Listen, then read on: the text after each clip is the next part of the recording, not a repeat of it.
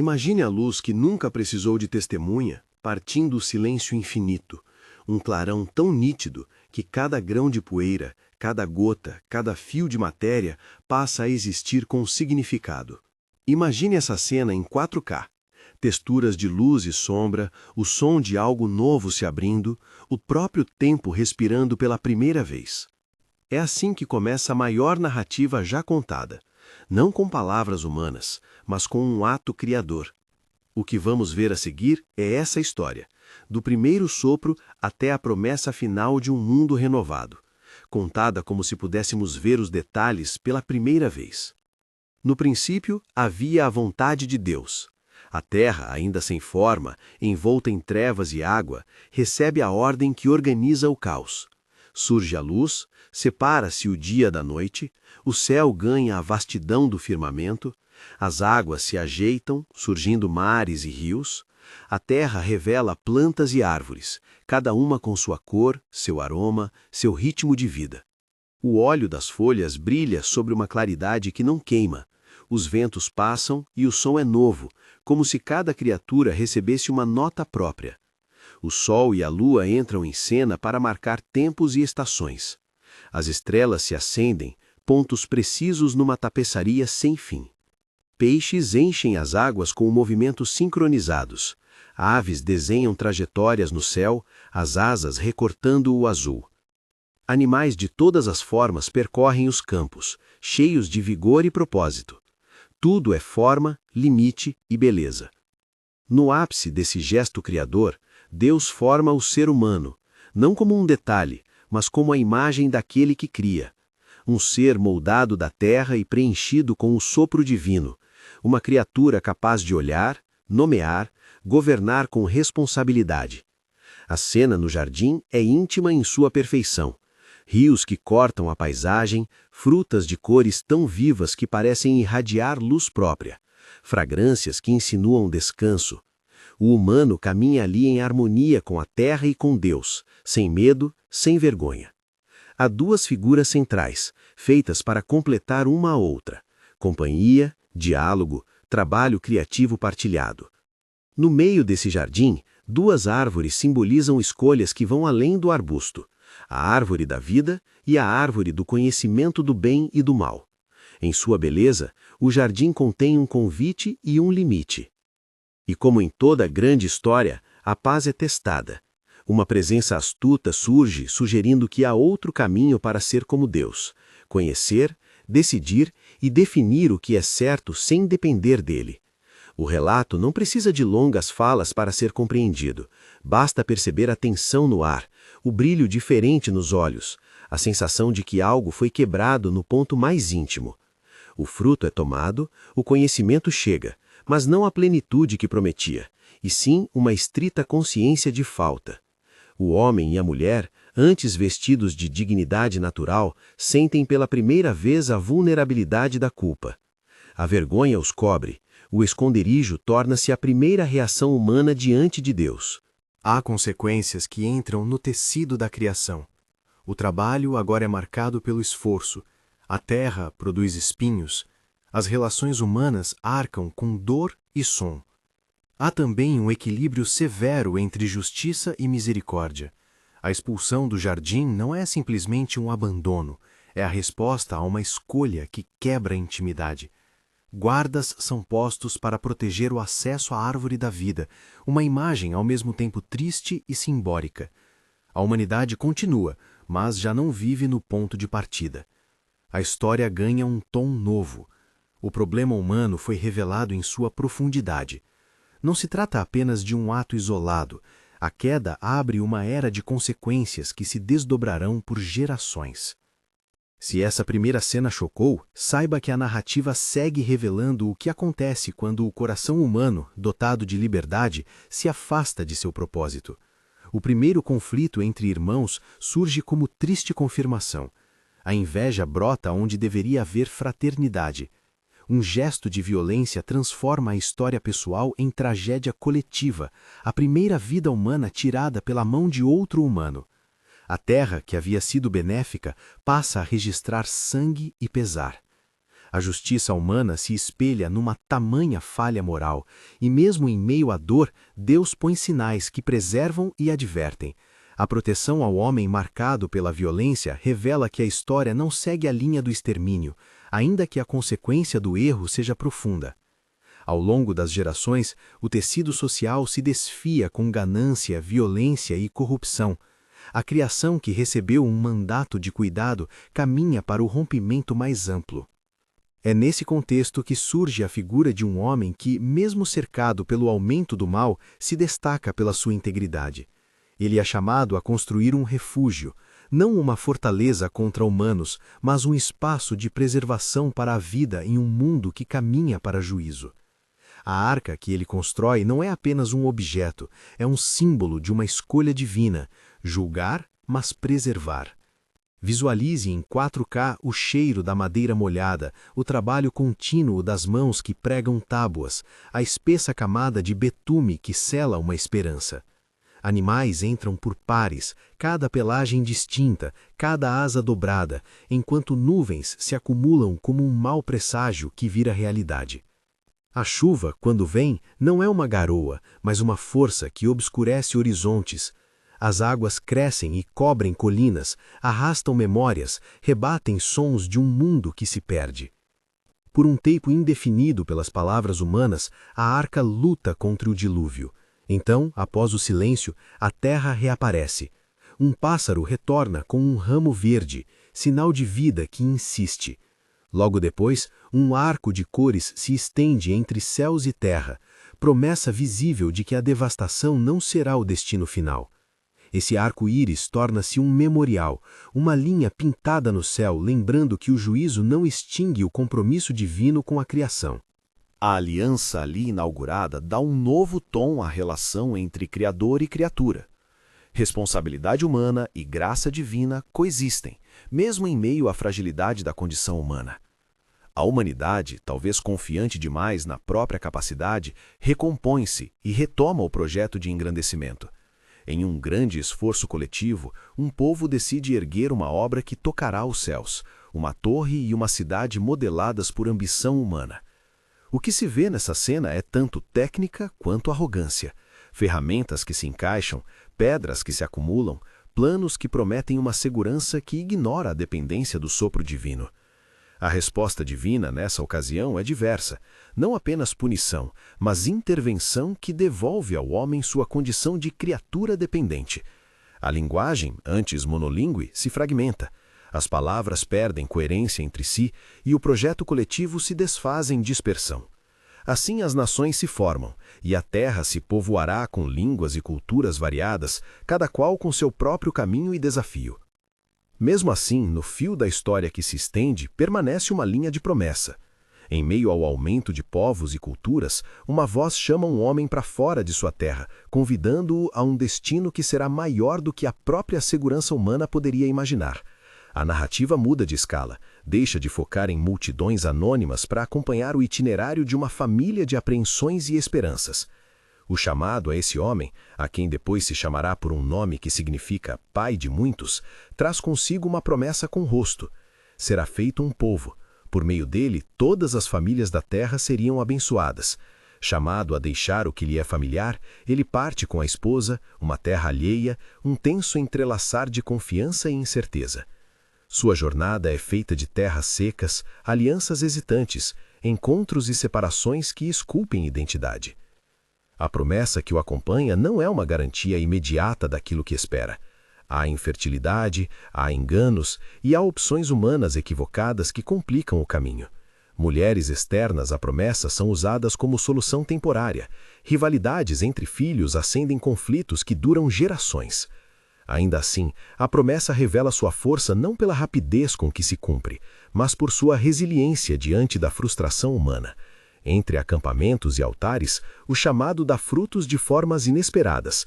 Há nascimentos que mudam destinos, há dispersões que, ironicamente, contribuem para a formação do povo prometido. As histórias dos filhos desse patriarca, não sem drama, vão delineando o caráter do povo que cresce. Um dos netos carrega sonhos vivos, outro, de caráter trêmulo, vê-se envolvido em rixas que atravessam gerações. As promessas de Deus parecem às vezes fracas diante de intrigas domésticas, traições e testes de fé. Entretanto, é justamente através dessas relações quebradas que se revela o fio vermelho do propósito divino. Transforma-se o que era para mal em instrumento de preservação. Sonhos tornados reais manipulam destinos. Um jovem vendido por seus irmãos entra em um mundo estrangeiro onde, de prisioneiro, tornar-se-á instrumento de providência. A providência aqui não se reduz a um argumento simplório, manifesta-se em detalhes. O pano de sua túnica, o eco das palavras de seus companheiros, a interpretação de sonhos que salva nações. A cada cena, a câmera imaginária se aproxima, a textura da lã de uma túnica colorida, a poeira do caminho quando a caravana passa, o olhar de um pai que crê e teme ao mesmo tempo. A beleza e a miséria, ambas entrelaçadas numa tapeçaria que segue desenrolando-se. Em tudo isso, um motivo se repete. Quando a humanidade falha, Deus não abandona sua intenção de restaurar. Não se trata de um ajuste cosmético, mas de um projeto de reconciliação que progressivamente toma forma. Promessas antigas ressoam em novos rostos e nomes de antepassados continuam a marcar o percurso de gerações que não perderam a esperança. Se esta jornada visual e sonora está captando algo de sua atenção, permaneça conosco. Essa é a promessa de uma experiência em alta definição de sentidos e significado. Se você quer acompanhar esta jornada em 4K, curta e acompanhe para ver as próximas cenas com toda a clareza que merecem. Enquanto as tribos se multiplicam e uma família cresce, o relato nos leva através de verdes vales e desertos, de encontros que forjam destinos e de partidas que reescrevem histórias. Lutas por direito de primogenitura, enganos que provocam partidas forçadas, sonhos que se tornam mapas para o futuro, tudo contribui para um movimento que, aos olhos humanos, parece casual, mas que, aos olhos da promessa, é cuidadosamente orientado. Um jovem sonhador e provocador torna-se pedras fundamentais para o desenlace que fará de sua família uma nação dentro de uma terra estrangeira.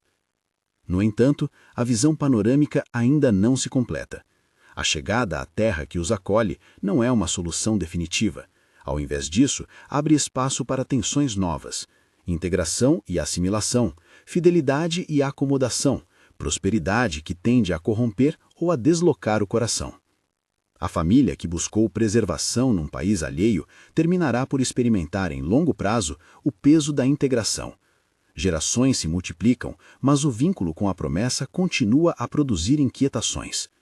O mesmo solo que oferece sustento também traz dependência, e o quadro se complica à medida que seda e luxo alternam-se com opressão e perigo político. É nesse ponto de virada que a narrativa nos deixa por um momento, com um destino colocado diante dos olhos.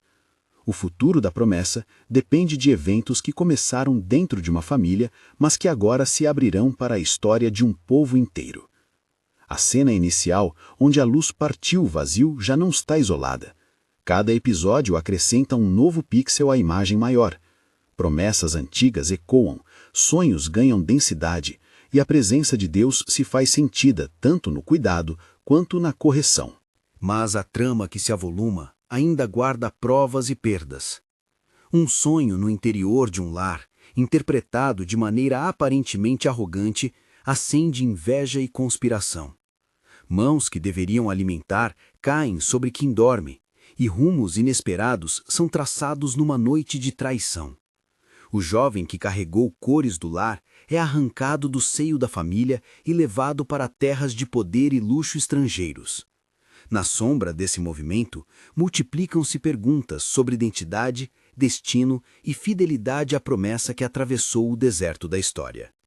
Assim se fecha, por ora, o círculo inicial, da luz primordial ao exílio temporário de um indivíduo cujo destino será decisivo para o futuro do povo. A câmera se afasta, revela a extensão da estrada e mostra o ponto onde a família, inconscientemente, plantou as sementes do que virá a ser uma nação. Em seguida, o foco se desloca para as consequências imediatas daquele ato de traição, nas mãos de comerciantes, na casa de oficiais, entre correntes de poder, e na transformação lenta e surpreendente de um prisioneiro em um instrumento de preservação nacional. O clímax humano deste ciclo está próximo, mas a cena que nos espera a seguir pertence a outra ordem de acontecimentos: a formação de um povo, a subida de um líder libertador e a recepção de uma lei que moldará a comunidade para o resto da narrativa. A cena seguinte abre num deserto de pedra e luz que parece revelar a própria respiração do mundo. Entre tendas e rios interrompidos, nascem olhos que observam o horizonte, filhos de uma promessa que já não cabem numa única família. O pano se estende, coroas de areia, caravanas, o som de cordas de instrumentos improváveis. E é nesse cenário áspero que surge um menino cuja infância será marcada por sinais.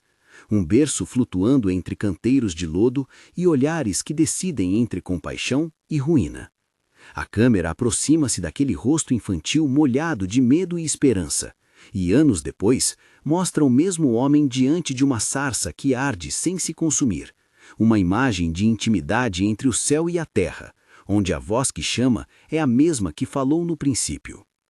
A libertação começa como um atrito, um povo preso por mãos humanas e corações endurecidos que esqueceram a fé na promessa. A narrativa lê-se em gestos, pés marcados pela opressão, corações amarrados, o ruído metálico das correntes dissolvidos por um chamado. As pragas que cortam o ar do Egito não são apenas espetáculos de poder, são sinais que escancaram a soberania do Criador contra a pretensão humana de controle absoluto. Cada praga tem uma textura. O ar carregado de golpes de calor, a água que se corrompe e se torna intraduzível, gritos que ecoam nas noites. A última noite é a mais íntima, uma refeição que marca o sangue como um texto de memória. O povo que até então era som e sombra aprende a dar um passo coletivo rumo à liberdade, atravessando um mar que se abre como um corredor esculpido pela mão de Deus. Veja em 4K as colunares de água, a lama nas sandálias, o brilho feral dos carruagens do inimigo engolidas pelo abismo. Cada detalhe é testemunha de uma passagem de poder e salvação. O deserto que segue não é apenas teste geográfico, é escola moral e comunitária. No alto do Sinai, a lei não surge como um conjunto de regras abstratas, mas como um pacto gravado em memória e pedra, com o cheiro de fumaça e o estalar distante do trovão. A comunidade, recém-saída do barro da servidão, recebe um código que tem rosto e limites, instruções para cuidar da vida, do sagrado e do outro. Mas o coração humano permanece volátil. Em meio ao calor e à incerteza, a impaciência gera um lodazal de idolatria. As mãos tecem um bezerro enquanto o povo busca segurança na presença visível. A tensão entre liberdade e lei, entre confiança e necessidade de ver o sagrado materializado, aparece em close-up. Rosto furioso de um líder, pernas trêmulas de adoradores. Ainda assim, a narrativa não abandona a esperança. A presença de Deus retorna para morar entre seu povo na tenda móvel, simbolizada pelo brilho do propiciatório e pelo som de cânticos que atravessam as noites. A câmera então se desloca para as margens da Terra Prometida. A conquista não é uma sequência de efeitos de guerra cinematográficos sem custo. Há cerco, estratégia e o drama humano da ocupação. Veja Jericó cair em imagens que se fixam nos muros que tremulam como se tivessem ouvido música. O povo passa, o templo ressoa e uma cidade inteira entra para a memória como sinal de que a promessa toma forma na história. As tomadas mostram rostos cansados, anciãos que erguem estandartes, crianças que correm pelo campo recém-possesso. A promessa começa a se concretizar, mas logo se revela frágil. A terra começa a formar uma nação, mas essa nação não é uma unidade livre de conflitos. Seguem-se anos de ciclos, de libertação à apatia, de arrependimento à restauração. Juízes surgem, figuras improváveis que, com voz e coragem, rompem o padrão de queda e retratação. Em cenas que vão de fogueiras a tronos de barro, vemos mulheres e homens erguendo-se como instrumentos de libertação. A câmera fica próxima da textura das sandálias de uma juíza que lidera, do suor de um homem que escarnece em medo com força inesperada, de um sussurro profético que reaviva a esperança. Mas o padrão humano repete-se. o povo tende ao esquecimento e a história volta a pedir uma nova forma de liderança. Essa liderança aparece na figura de um rei, um homem ungido, vindo da simplicidade dos campos, cuja habilidade com uma funda muda para harpa, depois para trono. O nome dele se torna símbolo, a coragem, a pecado, a arrependimento. As cenas mostram o êxtase de vitória e o peso do poder. Há também falhas profundas que escancaram a necessidade de misericórdia. A monarquia dá à história um momento de ouro. Um templo ergue-se, madeiras e pedras trabalhadas sob o sol e o som de canteiros. Ele é um ponto de encontro entre o humano e o divino, o lugar onde música e sacrifício se entrelaçam em forma arquitetônica. Mas o brilho do trono não impede a queda. A divisão reina quando rivalidades políticas e idolatria tornam duas coroas opostas e corroídas. Nesse caminho, surgem vozes que não acomodam e que interrompem a narrativa triunfal com palavras cortantes. Profetas andam entre mercados e palácios, suas vozes são rochas que cortam o vento. Alguns vêm como brasas no cajado, denunciando injustiça social. Outros trazem visões de esperança que atravessam o desespero. Suas frases não são meras sentenças de condenação, são convites à reconciliação. Vemos imagens poderosas. Um profeta confronta um rei sobre o sangue derramado, um jovem elevado diante de um forno ardente e sai sem cheiro de fumaça. Visões de criaturas que passam por transformações e sonhos que apontam para um horizonte onde o trono será restaurado em justiça. Quando o povo insiste no caminho da violência e do esquecimento, a consequência histórica se materializa em narrativas de destruição. Cidades arrasadas, templos reduzidos a cinzas, sonhos políticos desfeitos. A visão é sombria e a câmera não se esquiva da tristeza. Derruba-se e registra o pranto, registra o exílio. O exílio é um rio que atravessa a alma nacional. Homens e mulheres que eram pilares de uma cidade agora carregam sacos, silenciam canções antigas e aprendem novas línguas. Em imagens que parecem pintar um silêncio eterno, nós os vemos entre ruínas, olhando para um céu que parece distante.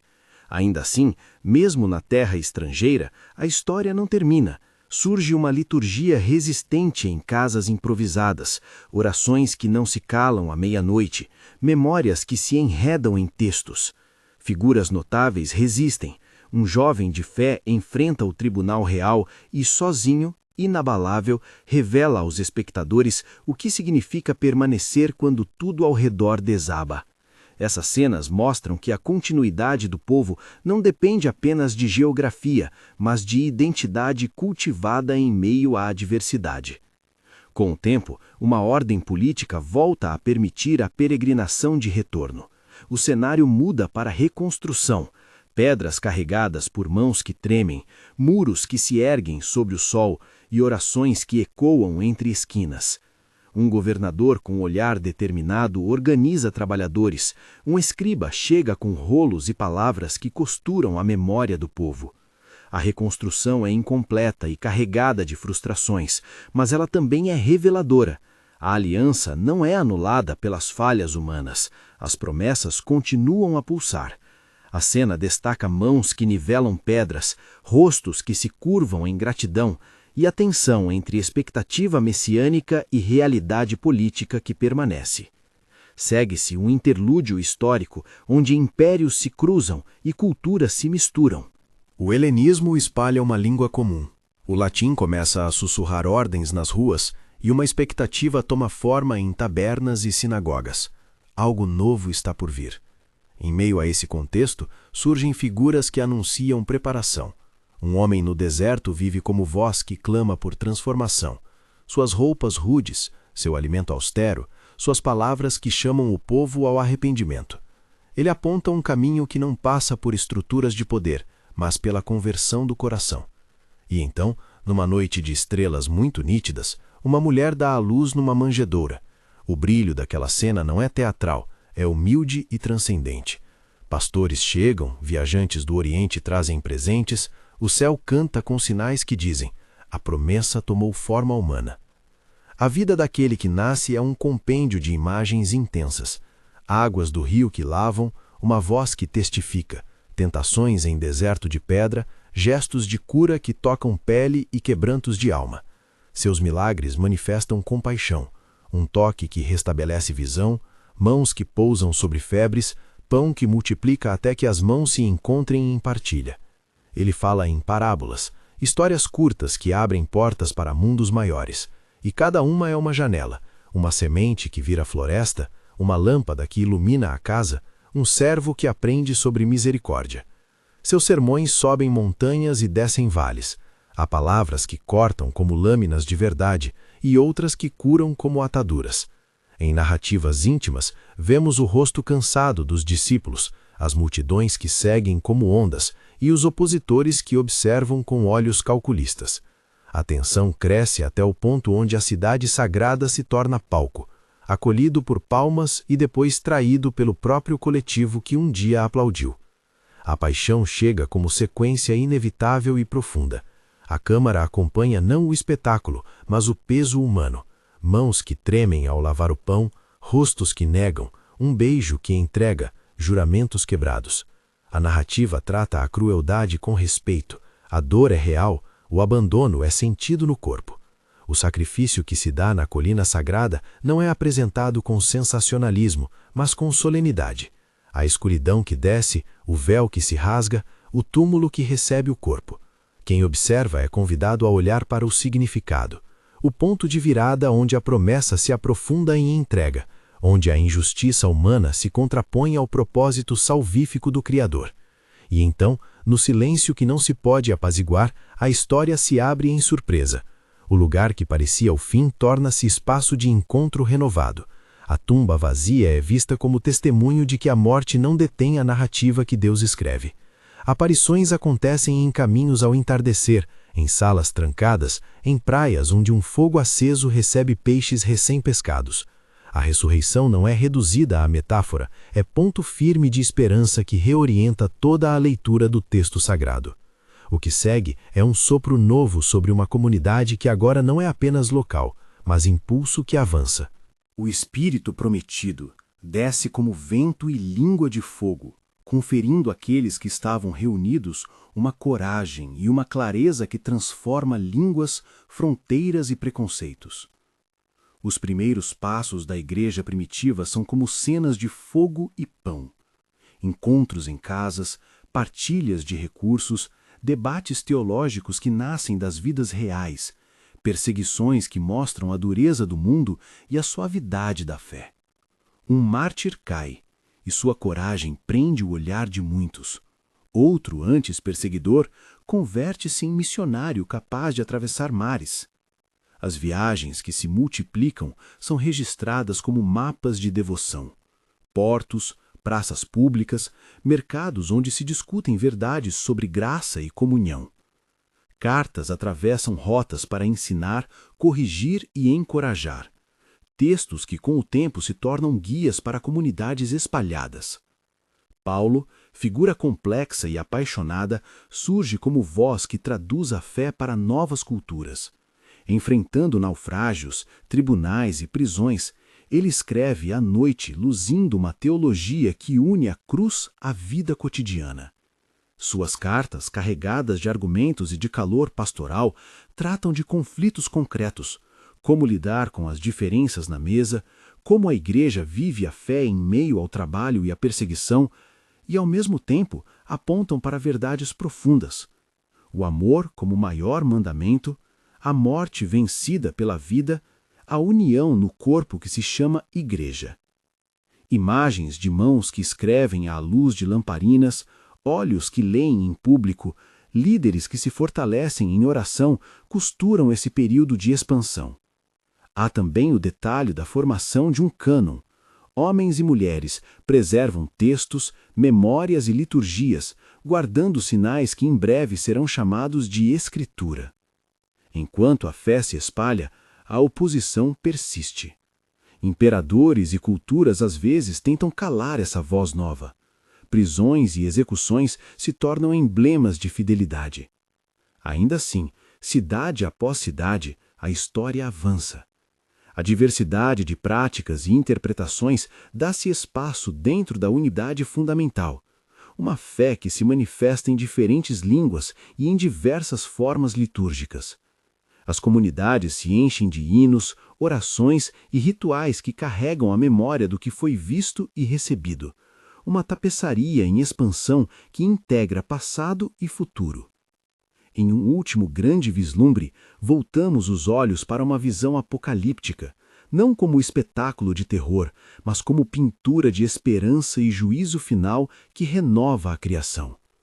Um autor antigo, exilado em uma ilha, descreve imagens que desafiam a compreensão.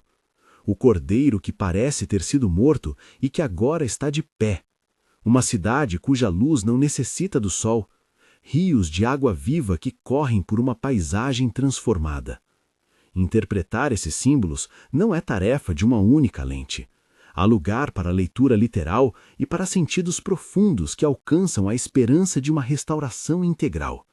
A cena final não é de destruição sem sentido, mas de coroamento. O sofrimento é resolvido, a alegria é restaurada, a justiça brota como fonte perene, e a morte, finalmente, perde seu último grito. Os símbolos, pedras, trombetas, selos, tronos, não anulam o mistério, mas convidam à confiança de que a história tem fim redentor. E então a narrativa retorna ao presente, mas não como simples memória. A história que começou na luz primordial segue a se desenrolar nos dias de hoje, pelas mãos de comunidades que celebram, lamentam e trabalham por justiça. A arca das primeiras cenas é agora uma comunidade que acolhe o fragilizado. O pacto que se renovou no tempo é agora recitado em mesas de jantar e em reuniões de igreja. A promessa messiânica se encontra na ação daqueles que, por compaixão, traduzem fé em serviço. A câmera fecha em rostos contemporâneos, alguém que lê sozinho à noite, alguém que aquece um prato para o outro, alguém que ora com lágrimas. A mensagem final é simples e profunda. A história grande da qual fazemos parte é um fluxo de redenção que convoca resposta, reverência e participação.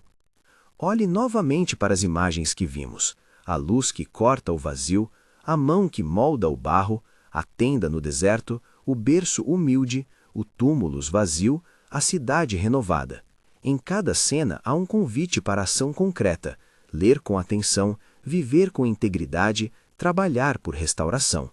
Não se trata apenas de apreciar a narrativa como obra de arte, é um chamado para se envolver na história que ainda se escreve. Há questões práticas que acompanham esse convite. Aproximar-se da escritura com humildade, participar de comunidades que praticam amor e justiça, educar gerações para um compromisso que transcende o efêmero. Para quem deseja aprofundar, existem caminhos, séries de estudo, cronologias visuais e guias que ajudam a mapear eventos e temas centrais para uma leitura mais clara.